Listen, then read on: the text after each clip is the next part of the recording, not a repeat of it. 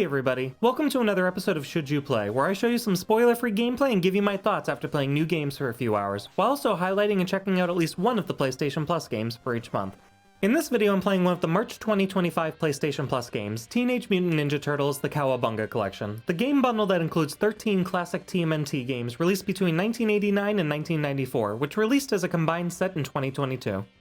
Honestly, it's a little tough to review a product like this since it's not really one individual game or even a series with consistent gameplay or plot elements. So rather than review each individual game included here, I'm going to talk about the Cowabunga Collection as a whole, and then talk about some of the more specific details that I think are worth getting into. With that said, let's talk about the collection.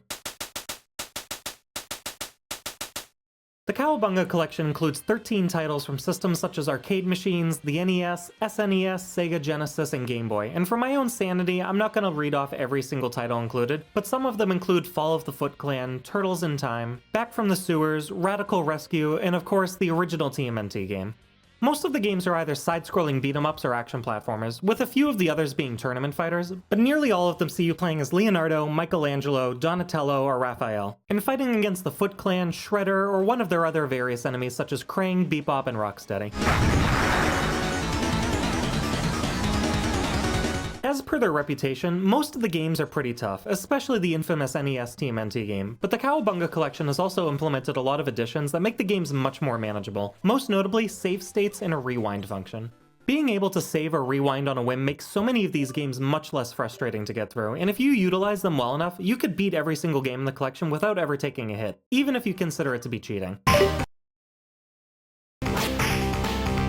The controls themselves still admittedly feel a bit stiff compared to a lot of modern games, but they're authentic to how the games felt on their original systems, and you're able to remap the buttons if you feel like that might help you out a bit.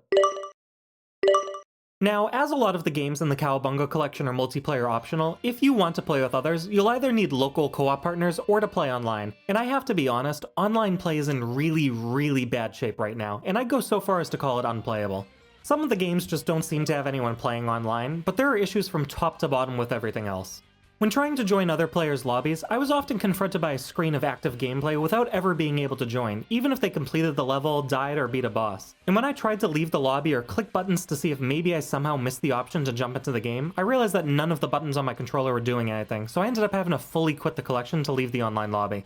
As for when I was actually able to join some online sessions, I was plagued by some of the worst connection issues I've ever experienced in a modern video game, giving me issues with input delay, lag, audio stuttering, dropped frames, and every other issue you can think of. And this was the case across all 6 online games, regardless of whether I was playing with one other person or a full team of 4.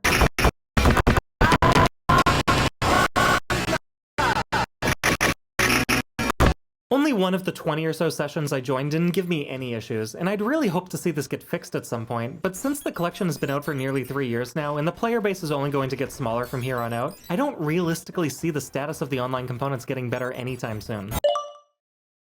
Fortunately, offline play performs infinitely better and didn't give me any issues whatsoever, even when playing in local co-op, but again, it's a real shame that such a major component of the collection is in such rough shape. While the heart of the Cowabunga Collection is obviously the games themselves, it's also pretty clear that the team who put the collection together has a sincere love for the franchise, and that's demonstrated by all of the extra content in the Turtles Lair, which is the collection's in-game museum. The Turtles Lair is filled with previously unseen development art, sketches, and game design material for the 13 titles, and that's in addition to screenshots from the shows, cover art from the comic books, gameplay manuals, soundtrack music, and more.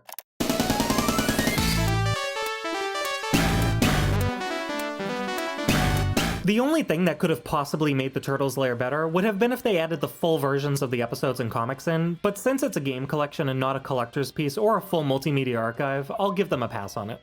As for the graphics and visuals, I'll give credit where credit is due because all 13 of the games have enhanced graphics, and it's most noticeable with the 8-bit and 16-bit games that were designed for smaller screens. The games weren't remastered or remade, but there's enough of a visual improvement to make it look a little more modern while still keeping the original content looking the same as it did 30 years ago. In addition to the enhanced look of the games, you're able to adjust the way that the games are presented as well. The default appearance is set to present the game as a floating window on top of relevant graphics, but if you'd like to change it, you have the option to have it fill the height of the screen or to stretch it out to full screen. On top of that, you can also disable the borders if you'd like, or apply screen effects to make it feel more like you're playing an actual NES game on a television made in the late 80s or early 90s.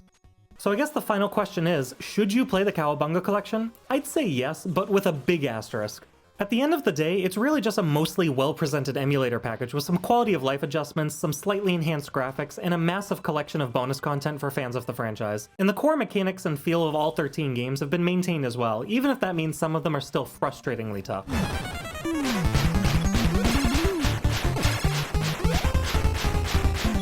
If you're looking to revisit some of the titles that you played on the NES or in an arcade, whether it's by yourself or with some friends on your couch, I'd say go for it and have a blast. But if you're hoping to play with your friends online or to join a random lobby, I don't think the online servers are stable enough for that to be a pleasant experience. Of course, since it's a PlayStation Plus game right now, there's no harm in checking out yourself if you have a subscription, and maybe you'll end up having better luck with the online modes than I did. As always though, this is just my opinion. Whether you've already managed to beat all 13 games in the collection, or you're still just trying to connect to an online session, let me know in the comments what you think of Teenage Mutant Ninja Turtles: The Cowabunga Collection. Cowabunga! Thanks for watching, and I'll see you guys next time.